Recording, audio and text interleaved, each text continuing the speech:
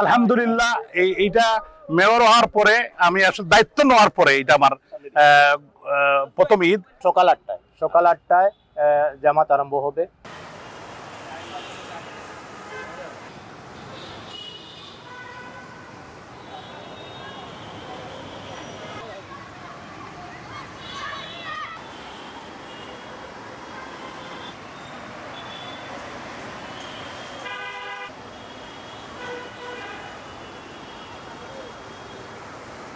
সমস্ত নগরবাসীকে সবাইকে আহ্বান জানাবো যাতে সবাই ঈদগাতে আসেন। শাহী ঈদগাহ এটা আমাদের ৭০০ বছরের ইতিহাস।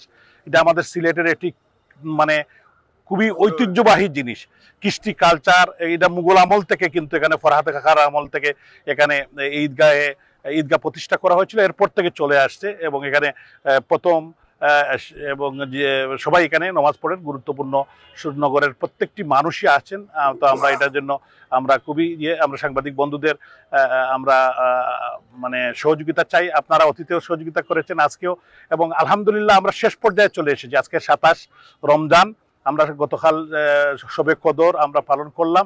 আর ২-৩ দিন ঈদের। সিলেটের মানুষ হিসাবে আমরা সৌভাগ্যবান এইবার আমরা বলতে পারি। কিছু শিলাবৃষ্টি হয়েছে, কিছু মানুষ ক্ষতিগ্রস্ত হয়েছে, অনেকেই ক্ষতিগ্রস্ত হয়েছে, টিনে অসহায় মানুষ, তাদের পাশে আমাদের সর্বস্তরের মানুষ দাঁড়িয়েছে। আমরাও চেষ্টা করছি, ইনশাল্লাহ আগামীকাল থেকে আমরা একটু দেরি হয়েছে, সিটি কর্পোরেশনের পক্ষ থেকে একটা কিছু করার চেষ্টা করছি। তো আপনারা আমার জন্য দোয়া করবেন, আমাদের জন্য দোয়া করবেন, এবং ঈদগাহ কমিটি সহ এই নগরের প্রত্যেকটি মানুষের জন্য সবার কাছে দোয়া চাই।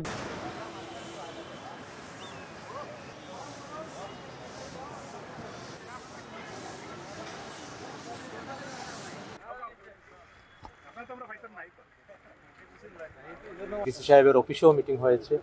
আর ওই সময় কিছু কথা ছিল আর কি, যে আপনারা ঈদের জমাত ৮:৩০, আমাকে জিজ্ঞেস করছিল কয়টায় করবো, আমরা বলছি ৮:৩০। তো দেখা যায় সবাই ৮:৩০।